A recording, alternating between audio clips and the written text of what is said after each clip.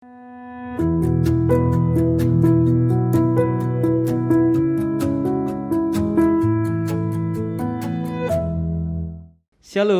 apa kabar kalian semua anak-anakku? Tentunya pasti sehat selalu dan pasti ada sukacita di tempat kalian ya. Berharap kalian terus menjaga kondisi kesehatan kalian di tengah pandemi ini dan jangan lupa terus patuhi protokol kesehatan. Hari ini kita bertemu lagi, kita mau merayakan Hari Paskah, Hari Kebangkitan Tuhan Yesus. Pengorbanannya yang sempurna di kayu salib menebus dosa kita. Kebangkitannya membawa kebaikan di dalam setiap hidup kita dan di dalam setiap keluarga kita. Lalu, apakah kita bisa membalas semua kebaikan Tuhan? Dengan apa kita akan membalas semua kebaikan Tuhan? Mari anak-anakku, kita naikkan satu pujian. Dengan apa kan ku balas?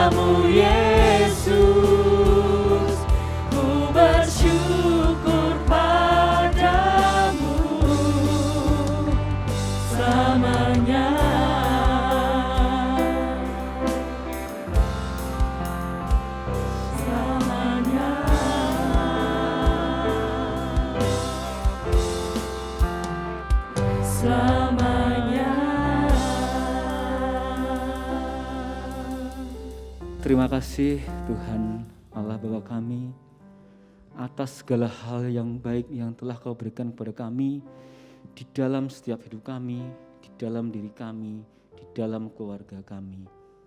Kami sungguh bersyukur mempunyai Allah yang luar biasa seperti Engkau. Kami sungguh bangga Bapa, dan kami sungguh selalu berterima kasih Bapa. Pagi hari ini Bapa, kami mau menaikkan ucapan syukur Bapa atas kebaikan-Mu Bapa.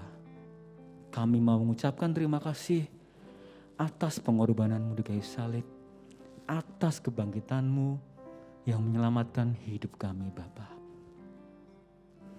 Berkati kami semua pagi hari ini Bapa. Kami akan mengikuti ibadah Paskah hari ini Bapa.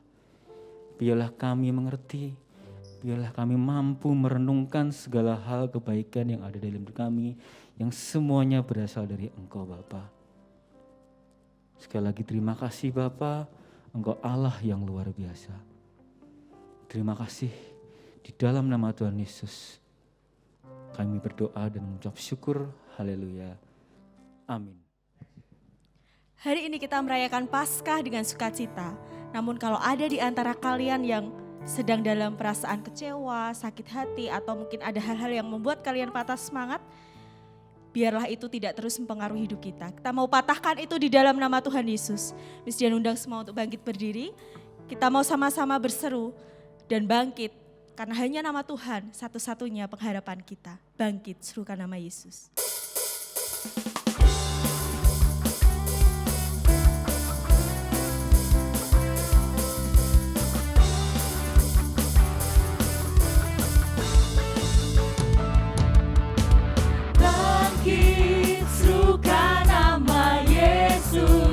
Yesus, Yesus, maju nyatakan kuasa-Nya. Kita buat iblis gemetar,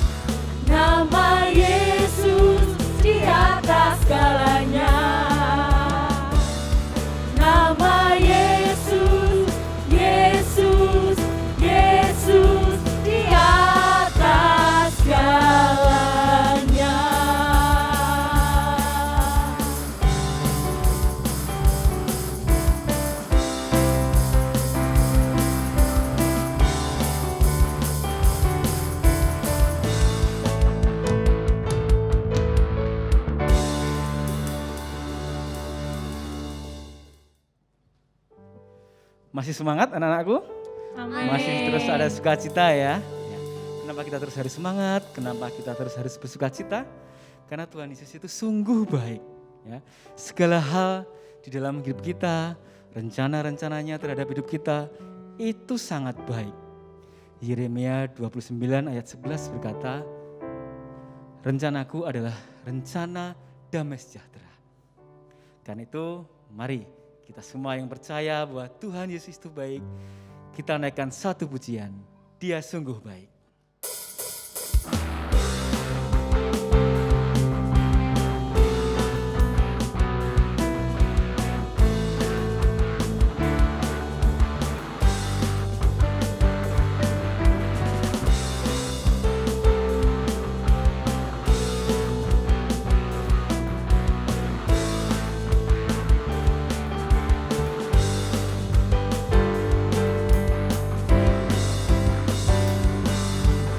Dia mati bagiku, Dia bangkit bagiku, ya Tuhan Allah penyelamatku. Kuasa maut dikalahkan, hidupku dipulihkan, ya Tuhan Allah kemenanganku. Dia sungguh baik, Dia sangat baik, Yesus Dia baik bagiku. Dia sungguh baik, Dia sangat baik, Yesus Dia baik bagiku.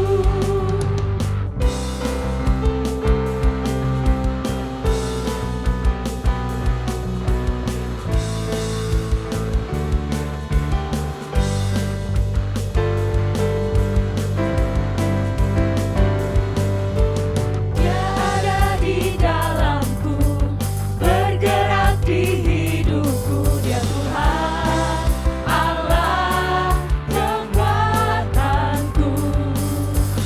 Dia penuhi hatiku dengan kuasa kasih-Nya, ya Tuhan Allah kemenanganku. Dia sungguh baik, Dia sangat baik, Yesus Dia baik bagiku.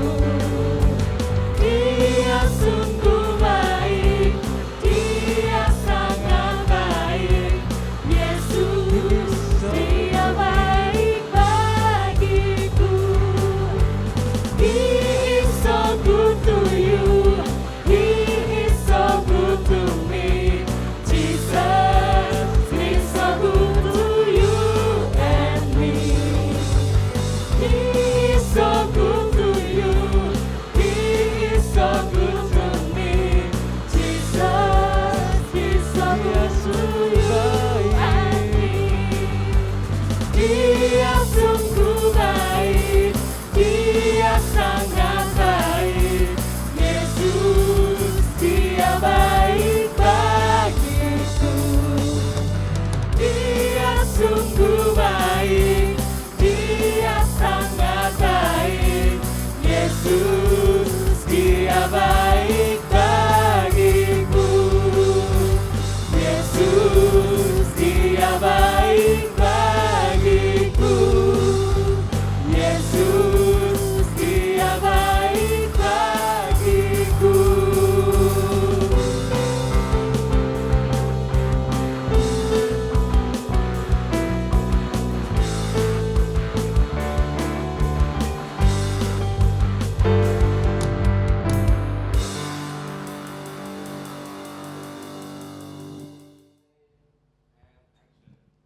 Ketika kita mendengar kata pengorbanan, mungkin yang terlintas di kepala kita adalah pengorbanan seorang prajurit.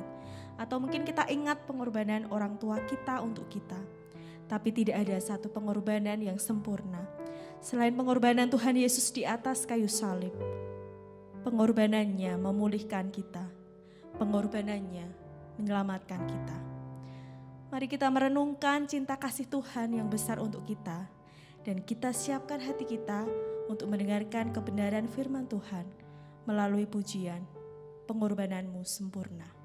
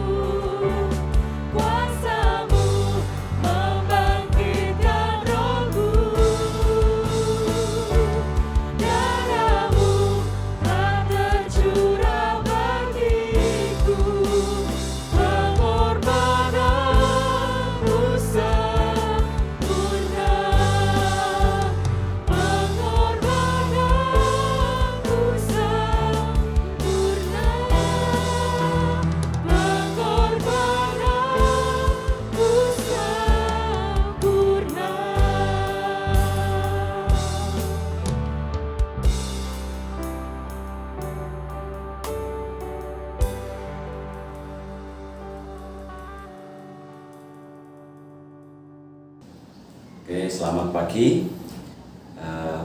rekan-rekan guru dan juga seluruh anak-anak dari SMP Anak Terang Salatiga.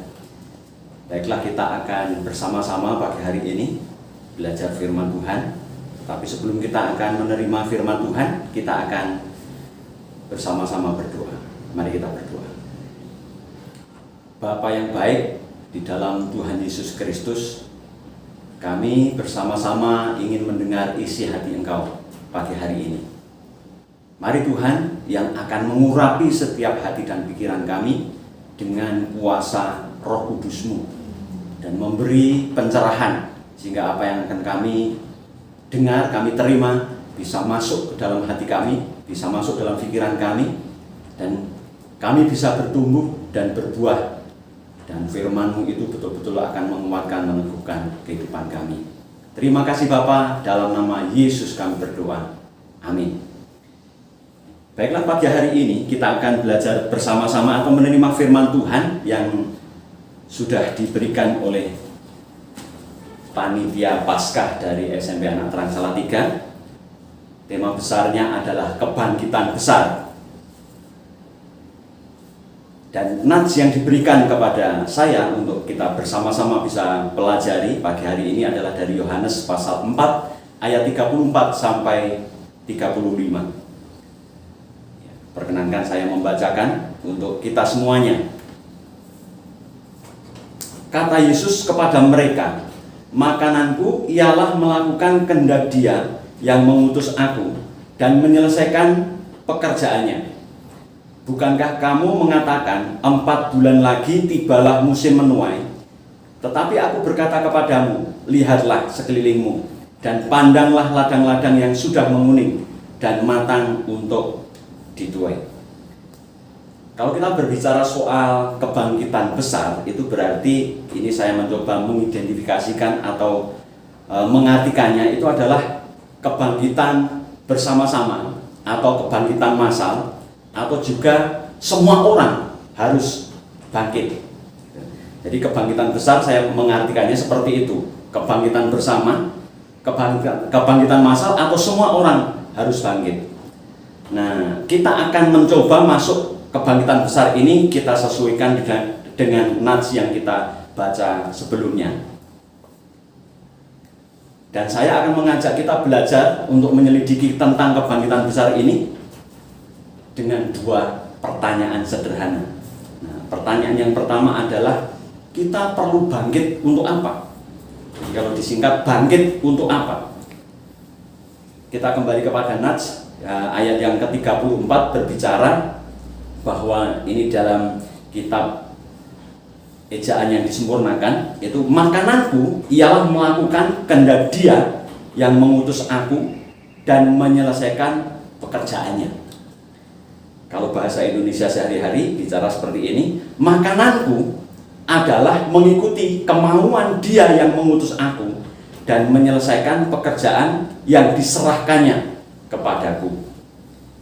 Jadi kita akan coba lihat, soroti dengan makanan dan pekerjaan. Nah, makananku ini bicara soal yang sehari-hari dinikmati.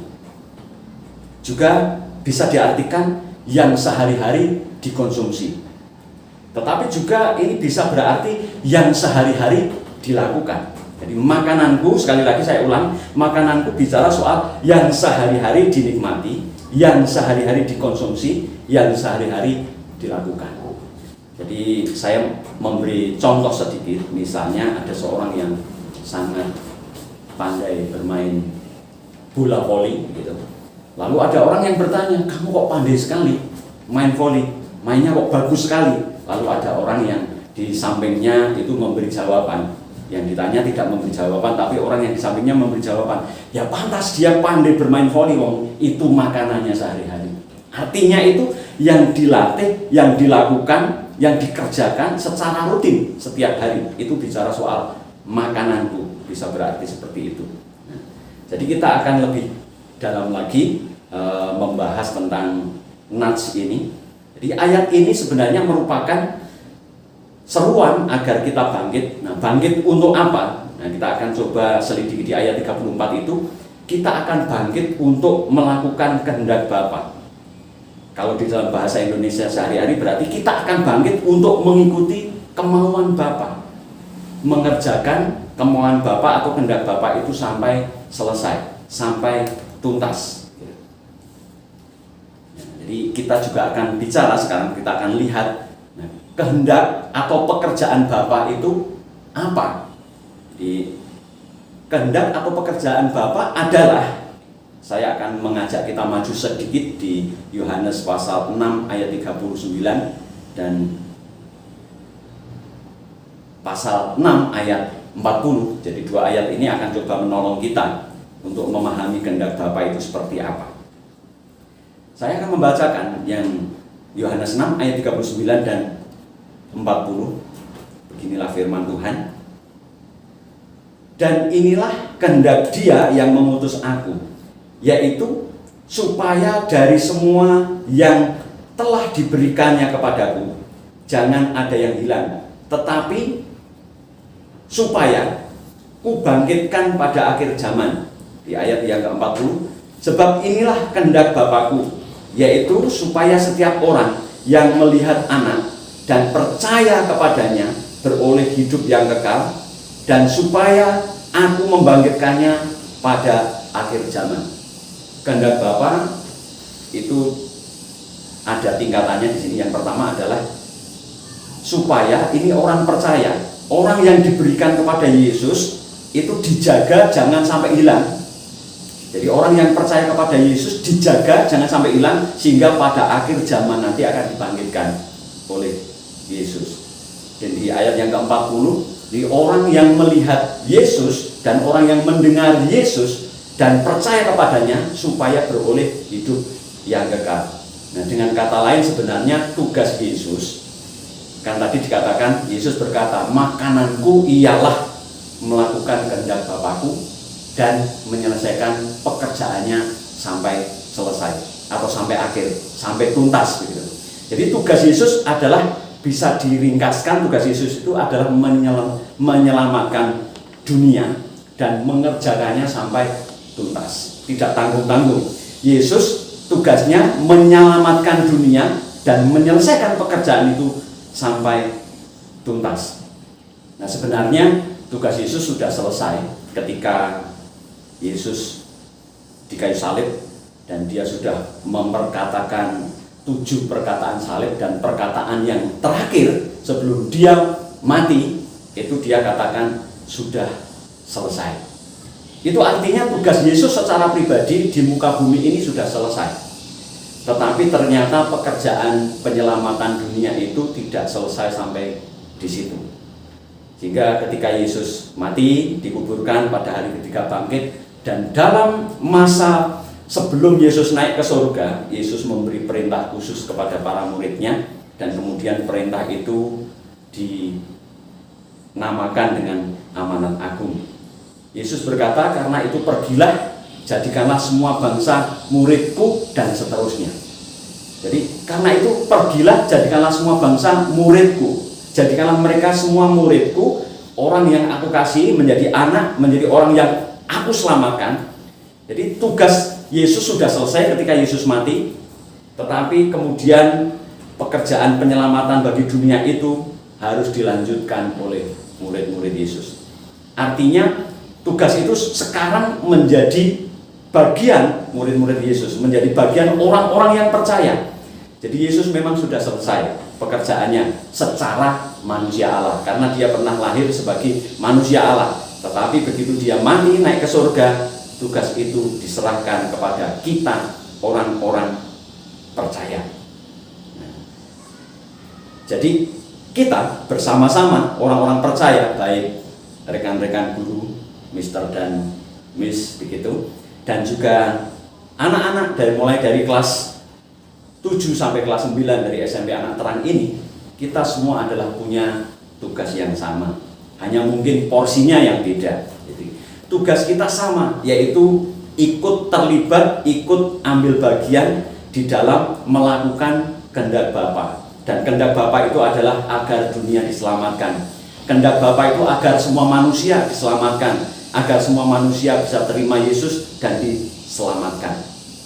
Sekarang ini mungkin masih terlalu berat, karena ini firman ini sebenarnya disampaikan kepada orang-orang dewasa, sementara sebagian besar yang menerima firman pagi hari ini adalah anak-anak, dalam artian adalah anak-anak remaja, anak-anak pra-remaja dari SMP Anak Terang ini. Makanya Pak Surip ini akan mencoba membuat pesan ini menjadi simpel, menjadi sederhana. Jadi tugas untuk melakukan kehendak Bapa itu bisa diringkas atau bisa disederhanakan dengan cara seperti ini. Ada beberapa yang bisa kita lakukan. Misalnya ini Pak Guru dan juga anak-anak.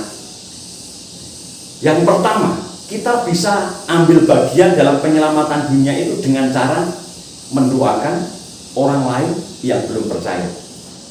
Caranya adalah mungkin setiap hari dalam doa kita, setiap hari dalam saat teduh kita, mungkin dalam doa-doa keluarga kita menyelipkan permohonan doa tentang satu nama saja dari orang yang belum percaya yang ada di sekitar kita. Mungkin itu bisa saudara kita, teman kita, famili kita, tetangga kita, itu yang belum percaya, yang betul-betul belum percaya. Sebut nama mereka rutin setiap hari.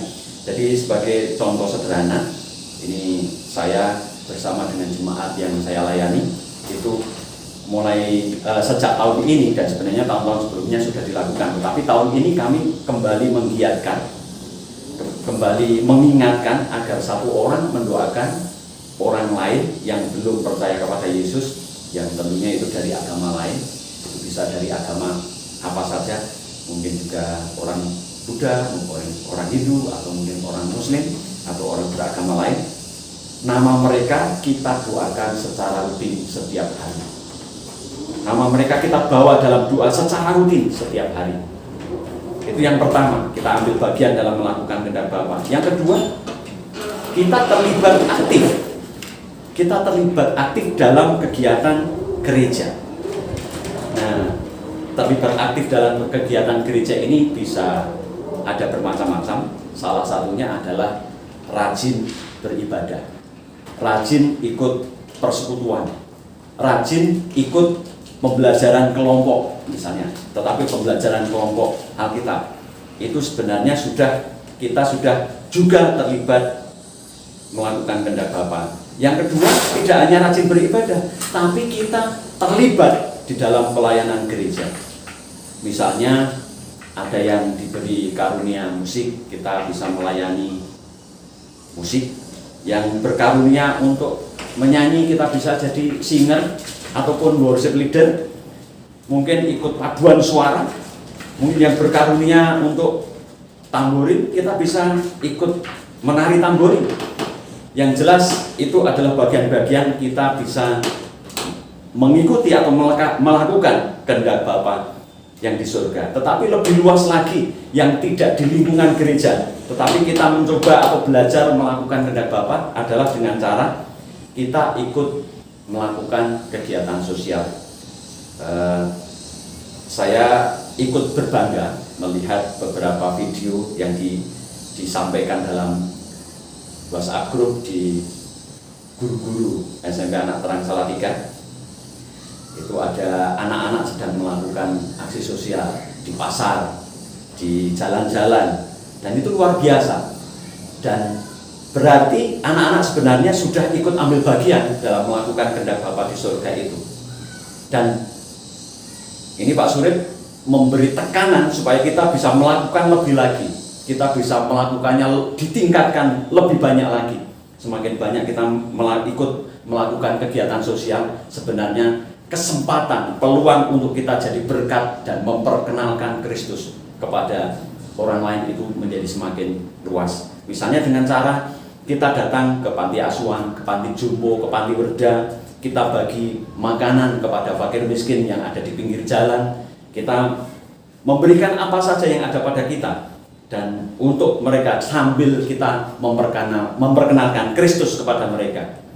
Minimal kita katakan waktu kita memberi, Tuhan Yesus memberkati ya Pak, Tuhan Yesus memberkati ya Bu. Nah ini secara langsung dan tidak langsung kita sudah terlibat di dalam menjangkau jiwa atau melakukan kehendak Bapa di surga. Tetapi bentuk yang lain lagi, yang lebih sederhana adalah melakukan tugas sekolah dengan penuh rasa tanggung jawab. Artinya setiap tugas yang diberikan oleh guru, baik Mister dan Miss, itu bisa dilakukan dengan rasa tanggung jawab yang penuh. Dan nanti dalam pertanyaan yang kedua kita akan bisa lebih dalam lagi mengerti bahwa melakukan kehendak Bapa di surga itu kapan gitu. Jadi pertanyaan yang kedua adalah kapan harus bangkit? Yang pertama tadi, bangkit untuk apa? Ya, bangkitnya untuk melakukan kehendak Bapa di surga. Dan tadi Pak Surip sudah menyampaikan makna utamanya melakukan kehendak Bapa di surga adalah ikut ambil bagian memenangkan jiwa. Tetapi makna yang berikutnya itu bisa dilakukan dengan bentuk-bentuk simpel yang sudah Pak Surip katakan tadi. Tetapi yang pertanyaan yang kedua sekarang, kapan harus bangkit? Kita akan kembali melihat di ayat yang 35 dari Yohanes pasal 4 tadi. Beginilah firman Tuhan. Bukankah kamu mengatakan 4 bulan lagi tibalah musim menuai? Tetapi aku berkata kepadamu, lihatlah sekelilingmu dan pandanglah ladang-ladang yang sudah menguning dan matang untuk dituai. Kamu katakan 4 bulan lagi. Itu bisa terapannya dalam kehidupan kita sehari-hari waktu kita disuruh, baik disuruh oleh orang tua, baik disuruh oleh atasan, kalau anak-anak disuruh oleh guru masing-masing. Kerjakan ini. Jawabannya adalah, sebentar Mister, tunggu Mister, belum tiba waktunya Mister, masih nanti Mister. Ini sama, firman Tuhan ini berkata, katamu waktu musim menuai itu 4 bulan lagi. Tetapi Yesus menghadapkan kepada realita. Yesus menghadapkan kepada situasi kenyataan yang ada. Pandanglah sekelilingmu, lihatlah ladang-ladang sudah mulai menguning dan matang untuk dituai. Artinya kapan harus bangkit? Itu berarti tidak ada penundaan lagi. Sekarang waktu untuk bangkit. Karena Yesus berkata bahwa kamu murid-murid berkata 4 bulan lagi, tetapi aku berkata realitanya, kenyataannya sekarang kamu harus bangkit. Tidak boleh menunggu waktu. Kalau sekarang sudah menguning, sudah matang dituai, ditunggu 4 bulan lagi. Misalnya itu padi itu akan rontok. Misalnya itu gandum itu akan rontok dan kemudian menjadi busuk atau tidak akan ada gunanya. Artinya waktunya adalah sekarang. Tidak boleh ada penundaan waktu lagi. Jadi bicara soal sekarang itu berarti memang betul-betul harus dilakukan segera. Dilakukan segera. Nah, contoh sederhana misalnya ini, mohon maaf, Pak Surip menyampaikan kepada anak-anak yang di kelas seni budaya. Jadi Pak Surip memberi tugas, misalnya ini contoh sederhana, tidak membuka aib, tetapi ini hanya contoh sederhana. Misalnya Pak Surip memberi batasan Jumat minggu yang lalu itu adalah mengumpulkan tugas perform menari untuk anak kelas 7 dan kelas 8, dan untuk yang kelas 9 sebagai pengganti tugas terakhir itu mengumpulkan bebas lukis, nyanyi, musik ataupun menari itu bebas, dan batasannya adalah hari Jumat pagi sampai malam. Tetapi ternyata masih ada yang belum mengumpulkan. Nah itu ya, ini bukan berarti firman ini sebagai alat, sebagai senjata untuk menegur anak-anak, tetapi ini firman Tuhan bicara seperti itu. Jadi sekarang waktunya, jangan tunda. Kalau ditunda itu akan menjadi berat bagi kita. Kalau panenan padi atau gandum tadi kalau ditunda itu akan rusak, akan rontok, akan tidak ada gunanya. Tetapi kalau kita diberi tugas oleh guru-guru kita, anak-anak diberi tugas oleh guru-guru anak-anak masing-masing, itu harus segera. Kalau tidak segera dikerjakan, maka akan numpuk dengan tugas-tugas yang lain. Penundaan waktu itu akan menjadi beban yang semakin berat. Jadi itu mengapa Yesus katakan pandang sekelilingmu, sekarang waktunya menuai, sekarang waktunya mengerjakan, sekarang waktunya kamu betul-betul ambil bagian. Jangan nanti-nanti. Iya kalau nanti ada kesempatan, kalau tidak. Jadi di sini saya lanjutkan lagi. Kesimpulan daripada firman pagi hari ini adalah, jadi pekerjaan Bapa, kehendak Bapa atau pekerjaan Bapa itu adalah menyelamatkan jiwa-jiwa menjangkau jiwa-jiwa kepada Tuhan itu yang berat. Jadi anak-anak mungkin bisa ambil bagiannya seperti yang sudah Pak Surip sampaikan tadi, tetapi juga adalah mungkin anak-anak mengajak teman-temannya untuk datang ke gereja, mengajak teman-temannya untuk datang ke persekutuan, teman-teman main, teman-teman bergaul, ya itu, atau gengnya gitu kalau istilah anak sekarang, itu dibawa ke persekutuan-persekutuan, ke gereja-gereja. Tidak harus memberitakan Injil secara detail karena mungkin belum waktunya, tapi cukup dengan mengajak, merangkul, memperhatikan, kemudian teman-temannya datang ke KKL, datang ke ibadah, datang ke ibadah minggu, ke persekutuan, ke komsel, lalu teman-temannya merasa dijamah, merasa dilawat oleh Tuhan. Itu berarti anak-anak sudah ambil bagian. Nah, sekali lagi tadi dikatakan bentuknya sangat sederhana, ikut melakukan kehendak Bapa itu mendoakan orang lain yang belum percaya, mengajak mereka. Lalu yang kedua, aktif ke gereja, ikut pelayanan apapun bentuknya, lalu ikut aksi sosial dan lain-lain. Lalu pertanyaannya, kapan itu perlu dilakukan? Waktunya mulai dari sekarang, anak-anak dan kita semua guru-guru melakukannya sekarang untuk kita mengerjakan kehendak Bapa dan menuntaskannya. Mari kita akan berdoa untuk firman ini. Terima kasih Tuhan untuk firman-Mu yang Kau berikan kepada kami pada pagi hari ini. Engkau memberi teladan yang hidup melalui Tuhan kami Yesus Kristus, bahwa makananku adalah melakukan kehendak Bapa. Artinya yang kulakukan setiap hari, yang kukerjakan setiap hari adalah melakukan kehendak Bapa. Dan itu harus kami lakukan karena kami adalah anak-anak Kristus, kami adalah murid-murid Kristus. Dan kapan kami harus melakukannya ya Tuhan? Firman-Mu memberi penjelasan dan penegasan bahwa kami tidak boleh menunda waktu. Waktunya adalah sekarang. Kami harus bangkit. Kami bangkit bersama-sama untuk melakukan kehendak Bapa, menjangkau jiwa, membawa jiwa kepada Kristus, tetapi juga melalui kehidupan kami yang bertanggung jawab, melalui anak-anak kami belajar untuk bisa melakukan setiap tugas dari sekolah, tetapi juga tugas dari gereja, tugas dari orang tua dengan penuh tanggung jawab. Itu artinya kami belajar melakukan kehendak-Mu dengan baik. Dan kami harus melakukan dengan tuntas ya Bapak, sampai selesai, sampai akhir. Kami tidak boleh berhenti di tengah jalan, tetapi harus menyelesaikannya sampai akhir. Terima kasih Bapak untuk firman-Mu. Biarlah firman ini secara sederhana tetapi akan mengingatkan kami akan tanggung jawab kami sebagai orang Kristen, sebagai pelajar-pelajar Kristen, sebagai anak-anak Tuhan yang sudah diselamatkan oleh Yesus Kristus. Terima kasih Tuhan, dalam nama Yesus kami berdoa dan mengucap syukur. Amin.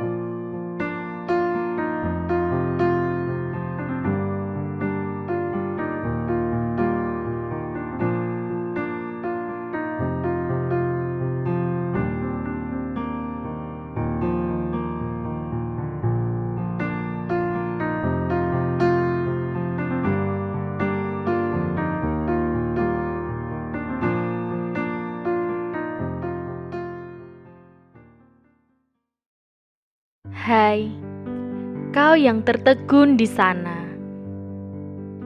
Mengapa kau nampak gundah gulana? Pundak dan kakimu bak terjerat batu kilangan.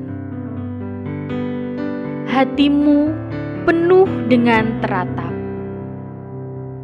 Air mukamu lesu dan sayu. Lupakah kau dengan segala nikmat Tuhan?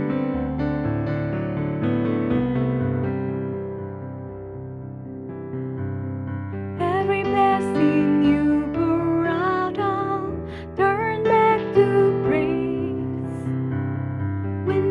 darkness closes in, Lord, still I will say, blessed be the name of the Lord, blessed be your name, blessed be the name of the Lord, blessed be your glorious name. Blessed be your name when the sun's shining down on me, when the world's all as it should be. Blessed be your name. Blessed be your name on the road marked with suffering. There is pain in the offering. Blessed be your name.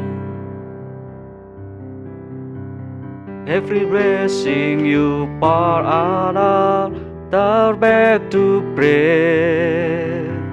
When the darkness closes in, Lord, still I will say, blessed be your name of the Lord, blessed be your name, blessed be your name of the Lord, blessed be your glorious name.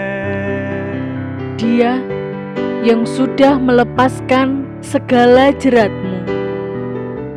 Dia yang sudah mengoyakkan segala bebanmu. Bilurnya sebagai tanda pengorbanan tiada batas. Darahnya tercucur untuk legakan dahaga kasih-Mu. Bangkitlah, wahai jiwa letih lesu dan berbeban berat. Songsonglah kerajaannya dengan sorak-sorai.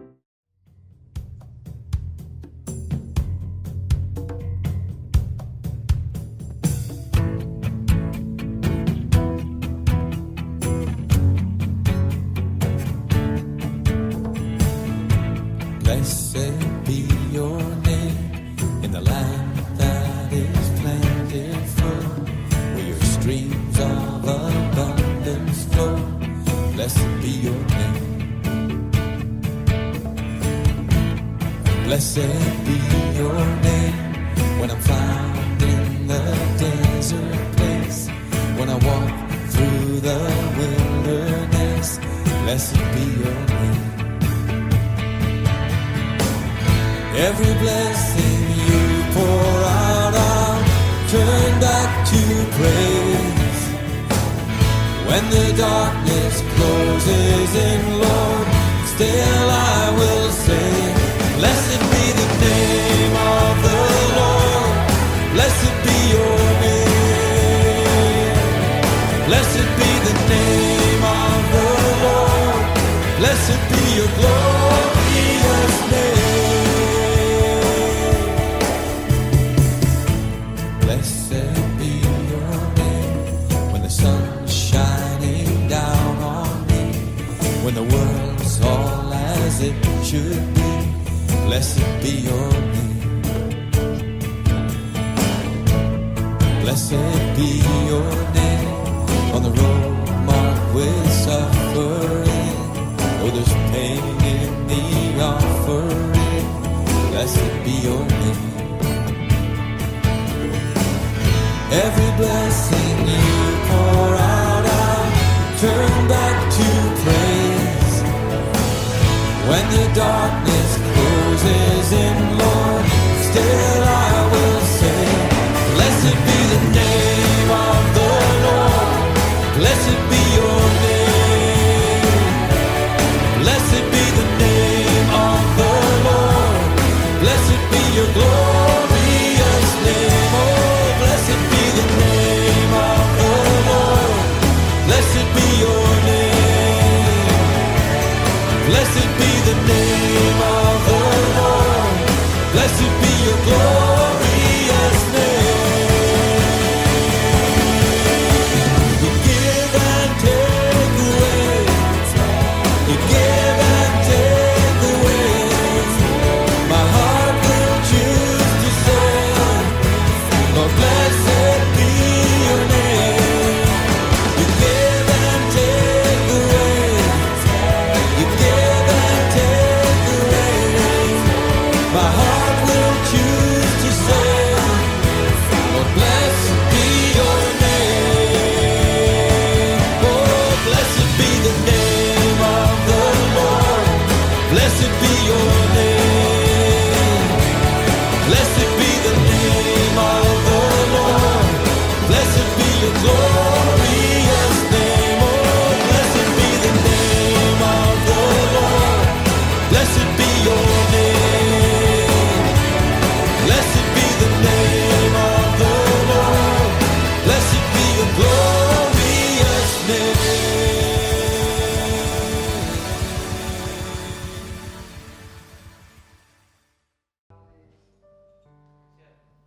Mungkin banyak orang yang berusaha untuk menjatuhkan kita. Banyak orang yang mungkin berkata tentang kita. Namun, Engkau Tuhan adalah perisaiku. Engkau yang melindungi aku, Engkau mengangkatku dengan nyaring, dan aku berseru kepadamu.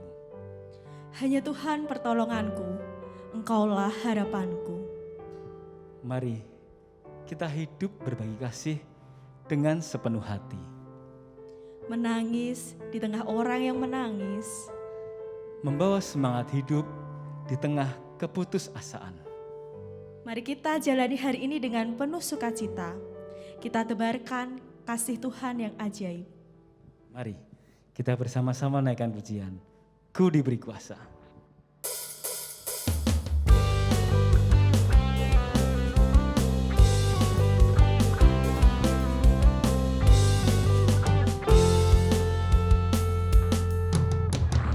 Diberi kuasa dari Raja Mulia, menaklukkan musuh di bawah kakiku.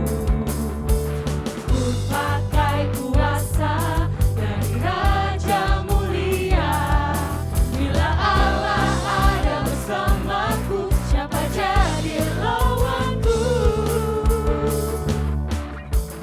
Ku diberi kuasa dari Raja Mulia, menaklukkan musuh di bawah kakiku.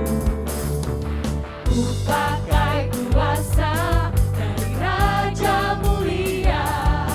Bila Allah ada bersamaku, siapa jadi lawanku? Sungguh besar Kau Tuhanku, Engkau perisai hidupku.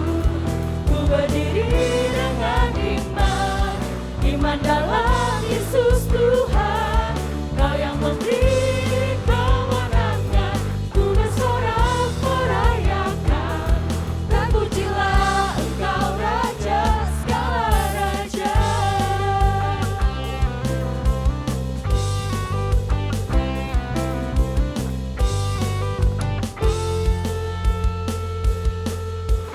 Diberi kuasa dari Raja Mulia, menaklukkan musuh di bawah kakiku. Ku pakai kuasa dari Raja Mulia. Bila Allah ada bersamaku, siapa jadi lawanku?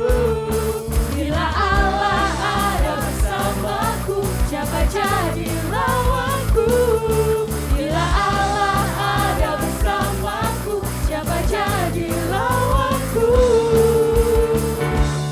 Sungguh besar Kau Tuhanku, Engkau perisai hidupku. Ku berdiri dengan iman, iman dalam Yesus Tuhan. Kau yang memberi kemenangan, ku bersorak merayakan. Terpujilah Engkau Raja segala raja.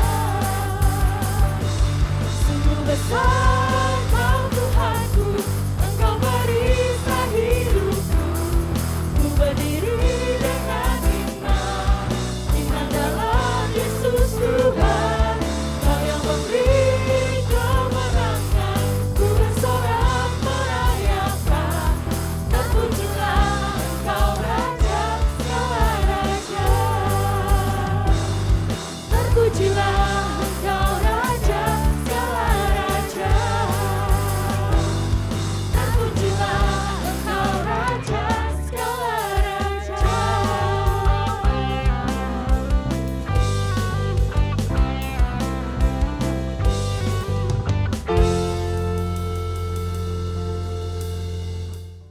Shalom teman-teman dan juga guru-guru yang saya kasih dan saya hormati. Saya bersyukur masih diberi kesempatan untuk menyaksikan kasih Tuhan di dalam hidup saya. Perkenalkan, nama saya Kristabel Natania Suyanto. izinkan saya untuk menceritakan betapa baiknya Tuhan dalam hidup saya. Bersyukur bahwa Tuhan selalu menjaga kami sekeluarga sehingga kami dapat selalu sehat walafiat. Walaupun kita tahu bersama bahwa kita semua sedang menghadapi sebuah pandemi COVID-19 yang melanda seluruh dunia. Banyak sekali masyarakat yang menderita baik secara ekonomi maupun kesehatan. Begitu juga dengan pendidikan kita, kegiatan belajar mengajar dan banyak pekerjaan lainnya dilakukan secara daring. Namun terlepas dari itu semua, saya bersyukur bahwa perlindungan dan penyertaan Tuhan tidak akan pernah berakhir dalam hidup kita semua. Dahulu, sekarang, hingga esok. Sebab Dia hidup. Kita tidak akan gentar atas apapun juga. Saya juga bersyukur keluarga saya adalah keluarga yang rukun, bahagia, dan sayang sekali kepada saya. Waktu saya sekolah di Betani, mulai dari TK, SD, lalu SMP, saya mempunyai pengalaman-pengalaman yang sangat berkesan dengan guru-guru yang ada. Berterima kasih untuk bimbingan dari guru-guru. Sungguh momen-momen yang sangat indah di mana saya dibentuk di dalam pendidikan, di dalam karakter, dan juga di dalam sopan santun. Kasih Tuhan begitu nyata di dalam hidup saya dan keluarga saya sampai saat ini. Karena itu sudah selayaknya. Kita harus bersyukur dan berterima kasih kepada Tuhan atas segala hal yang dikaruniakan kepada kita. Bersyukur atas bimbingan orang tua, bersyukur atas bimbingan guru-guru yang sudah berjasa memberikan hikmat kepandaian kepada kita semua. Kiranya Tuhan Yesus memberkati kita semua. Shalom. Shalom. Pertama-tama saya mengucapkan Selamat Paskah. Paskah kita peringati sebagai kematian dan kebangkitan Yesus. Tuhan Yesus menang atas dosa dan menebus kita semuanya. Jadi Paskah merupakan kematian kita dari dosa dan kebangkitan dalam hidup yang baru. Berbicara soal kebangkitan dalam hidup yang baru, aku punya pengalaman, yaitu ketika aku dibaptis. Baptis yang aku lakukan adalah baptisan air, yaitu aku tenggelamkan minyak dalam air sebagai gambaran dikuburkan dalam kematian. Lalu aku diangkat dari air sebagai lambang kebangkitan hidup baru. Aku percaya seperti yang Alkitab katakan bahwa melalui baptisan air tersebut aku menjadi bagian dari keluarga kerajaan Allah. Selain itu, firman Tuhan juga berkata dalam Markus 16 ayat 16, barang siapa percaya dan dibaptis akan diselamatkan. Jadi aku sangat bahagia memiliki Tuhan Yesus sebagai juru selamatku. Dia mati, bangkit supaya aku diselamatkan. Maukah engkau menerima anugerah selamat yang sama? Jadikan Tuhan Yesus sebagai Tuhan dan juru selamatmu. Puji Tuhan. Terima kasih. Shalom semuanya, nama saya Andra. Saya akan menceritakan tentang kasih Tuhan nyata dalam hidup saya. Jadi ceritanya seperti ini. Pada saat itu adik saya mengikuti pelajaran online menggunakan laptop kakak. Tapi ketika kakak membutuhkan laptop untuk mempekerjakan di Semarang, jadi laptop yang adik saya diminta oleh kakak. Nah, pada saat laptop diminta oleh kakak, adik saya kesulitan dalam mengikuti kelas online dan sangat membutuhkan laptop. Pada saat itu, papa saya mendapat pesanan untuk membetulkan komputer temannya. Nah, setelah komputernya selesai dibetulkan, teman papa saya tidak segera mengambil komputer tersebut. Jadi untuk sementara adik saya memakai komputer teman papa untuk mengikuti kelas online. Di sisi lain, papa membetulkan komputer yang mati total. Kurang lebih 1 bulan, papa membetulkan komputer yang mati total tersebut. Komputer itu direncanakan akan untuk server radio. Lalu suatu pagi hari, komputer yang mati total itu bisa menyala. Di hari yang sama, komputer milik teman papa diambil oleh pemiliknya. Jadi kasih Tuhan itu sangat nyata dalam kehidupan keluarga saya. Ketika adik saya membutuhkan komputer untuk kelas online-nya,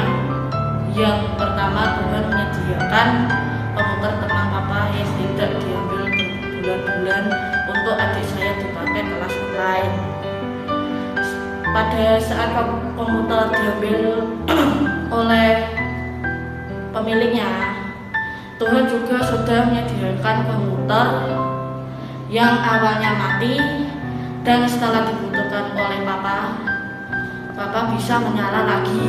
Jadi sampai saat ini adik saya memakai komputer tersebut untuk kelas online-nya. Keluarga saya bisa merasakan kasih Tuhan luar biasa nyata di dalam kehidupan kami. Kiranya kesaksian saya ini bisa menjadi berkat bagi kita semua. Terima kasih, Tuhan memberkati. Sambil memikul salibnya, Yesus pergi ke tempat yang bernama Golgota, yang berarti tempat tengkorak. Di situ, Yesus disalibkan bersama-sama dengan 2 orang penyamun yang masing-masing berada di sebelah kiri dan kanannya. Lalu, Pilatus menyuruh memasang juga sebuah tulisan di atas kayu salib itu yang berbunyi, Yesus, orang Nazaret, Raja, orang Yahudi. Orang-orang yang lewat di sana menghujat dan menggelengkan kepalanya kepada Yesus, termasuk tua-tua dan ahli Taurat. Mereka berkata, orang lain ia selamatkan, tetapi dirinya sendiri tidak dapat ia selamatkan. Ia Raja Israel, baiklah ia turun dari salib itu dan kami akan percaya kepadanya. Ia menaruh harapannya pada Allah, baiklah Allah menyelamatkan dia jikalau Allah berkenan kepadanya. Karena ia telah berkata, Aku adalah anak Allah.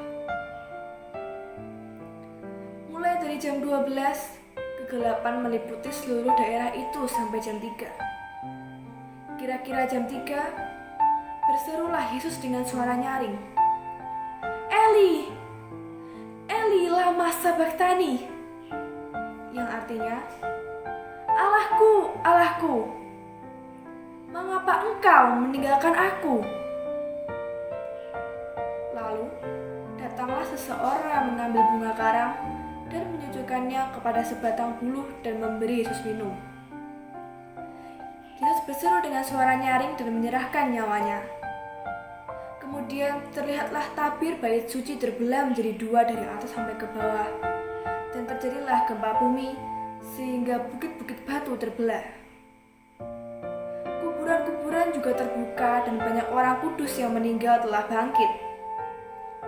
Orang-orang yang bangkit itu pun masuk ke kota dan menampakkan diri kepada banyak orang. Setelah melihat semua itu, kepala pasukan dan prajurit yang menjaga Yesus menjadi sangat takut, dan berkatalah mereka, sungguh, ia ini adalah anak Allah. Dan ada di situ banyak perempuan yang melihat dari jauh, yaitu perempuan-perempuan yang mengikuti Yesus dari Galilea untuk melayani dia.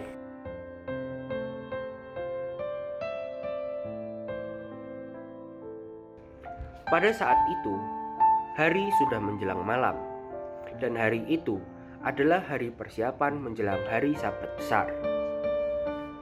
Maka dari itu, Yusuf dari Arimatea mengambil keputusan untuk memberanikan diri menghadap ke Pilatus dan meminta jenazah Yesus supaya dapat dikuburkan.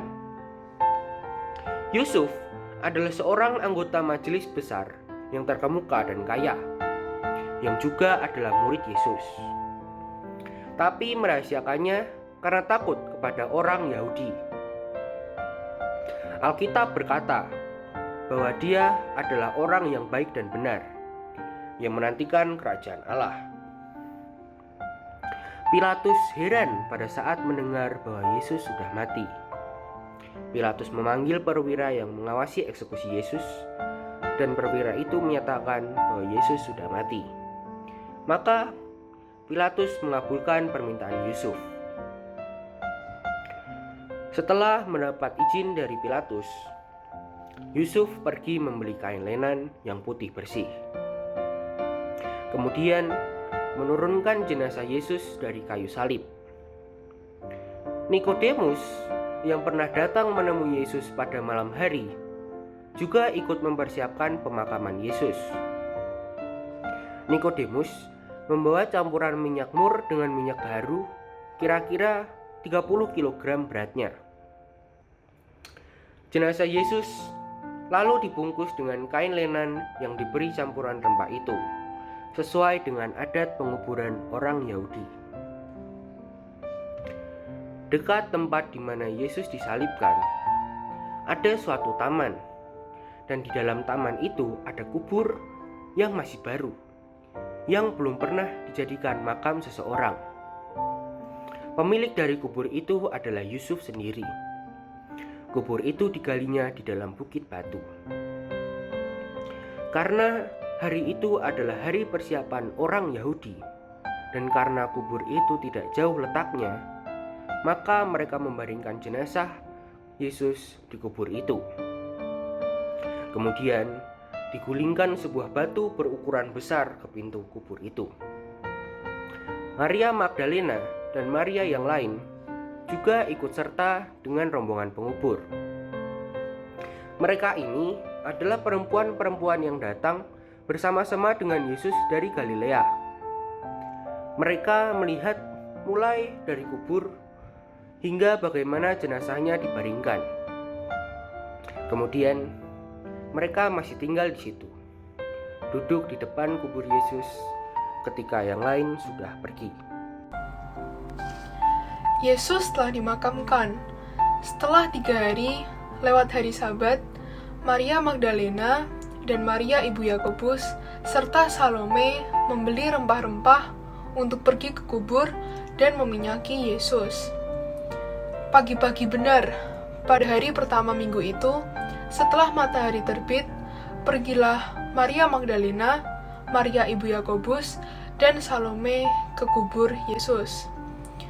Mereka berkata seorang kepada yang lain, "Siapa yang akan menggulingkan batu itu bagi kita dari pintu kubur Yesus?"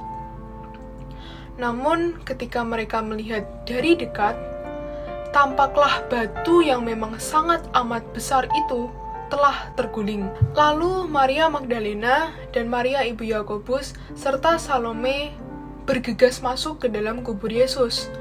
Alangkah terkejutnya mereka, karena mereka tidak melihat Yesus di sana, melainkan mereka melihat seorang muda yang memakai jubah putih duduk di sebelah kanan. Mereka pun tentu sangat terkejut. Tetapi orang muda itu berkata, "Jangan takut, kamu mencari Yesus orang Nazaret yang disalibkan itu. Ia telah bangkit, ia tidak ada di sini. Lihat, inilah tempat mereka membaringkan dia. Tetapi sekarang pergilah, katakanlah kepada murid-muridnya dan kepada Petrus, ia mendahului kamu ke Galilea. Di sana kamu akan melihat dia, seperti yang sudah dikatakannya kepada kamu." Lalu Maria Magdalena, Maria ibu Yakobus, dan Salome kabur dan lari meninggalkan kubur Yesus tersebut, sebab gentar dan dahsyat menimpa mereka. Mereka tidak mengatakan apa-apa kepada siapapun juga, karena takut. Dengan singkatnya, mereka menyampaikan semua pesan itu kepada Petrus dan teman-temannya. Sesudah itu, Yesus sendiri dengan perantaraan murid-muridnya memberitakan dari timur ke barat berita yang kudus dan tak terbinasakan tentang keselamatan yang kekal itu. Pesan yaitu Tuhan Yesus Kristus telah bangkit dari kematian.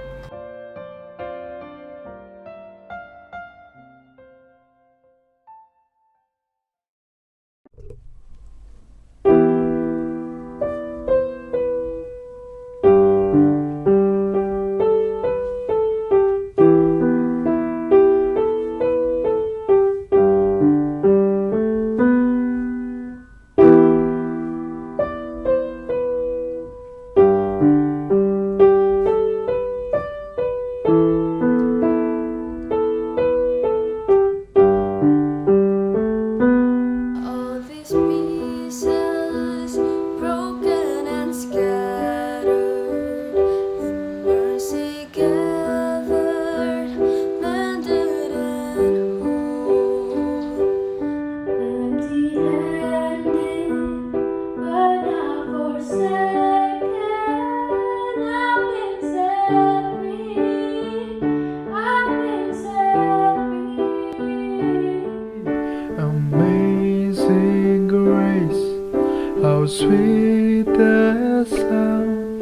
that saved a wretch like me. Oh, I once was lost, but now I am found. Was blind, but now I see.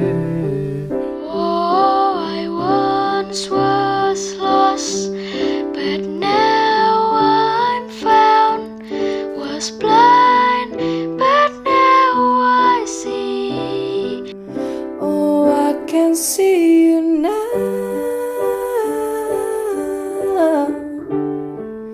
Oh, I can see the love in your eyes, laying yourself down, raising up the broken to life.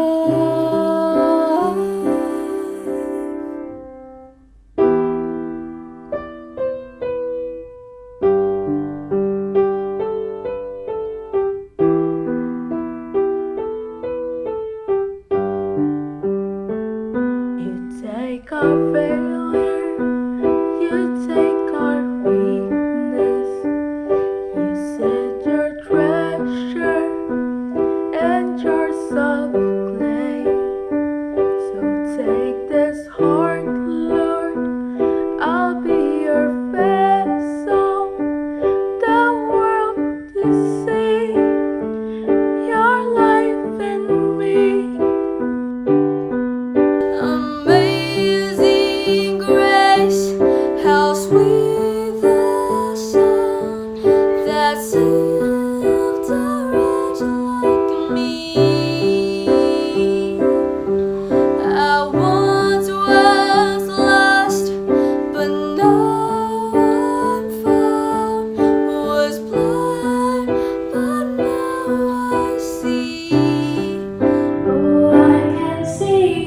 can see you now. Oh, I can see the love in your eyes, laying yourself down, raising up the broken to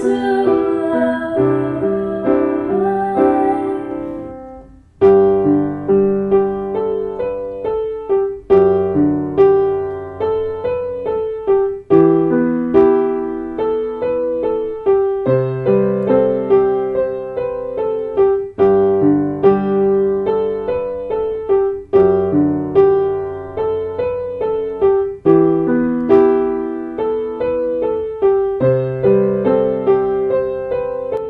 Amazing grace, how sweet the sound that saved a wretch like me.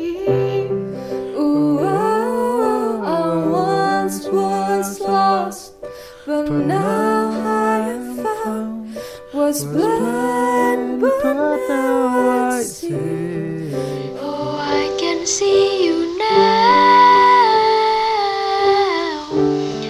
Oh, I can see the love in your eyes, laying yourself down,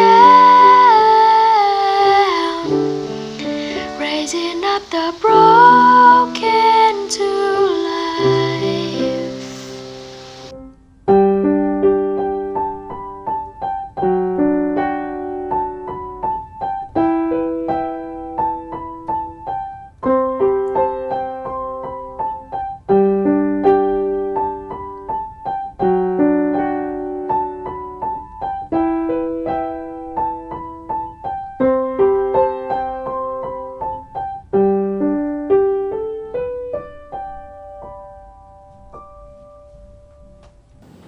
Untuk rekan-rekan guru dan juga seluruh anak-anak yang dikasih Tuhan, mari kita tengadahkan tangan kita untuk menerima berkat.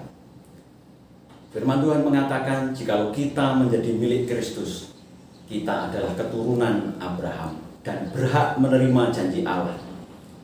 Dan janji Allah kepada Abraham yang saat ini menjadi bagian kita adalah Tuhan akan memberkati kita dengan berkat yang berlimpah-limpah. Tuhan membuat kita menjadi besar dan termasuk Tuhan menjadikan berkat. Orang-orang yang memberkati kita diberkati Tuhan. Orang-orang yang mengutuk kita dikutuk Tuhan. Dan oleh kita semua kaum di muka bumi memperoleh berkat. Dan Tuhan akan membuat kita naik dan bukan turun. Tuhan akan membuat kita kepala dan bukan ekor. Tuhan akan membuat persediaan makan kita berlimpah. Tuhan akan mengupgrade kita ke level yang lebih tinggi dan memperluas daerah kita. Tangan Tuhan dinaungkan ke atas kita sehingga kuasa mara bahaya, malapetaka dijauhkan daripada kita dan sakit penyakit tidak menimpa kita. Jadilah berkat ini atas nama Bapa, Putra dan Roh Kudus di dalam Yesus Kristus. Amin.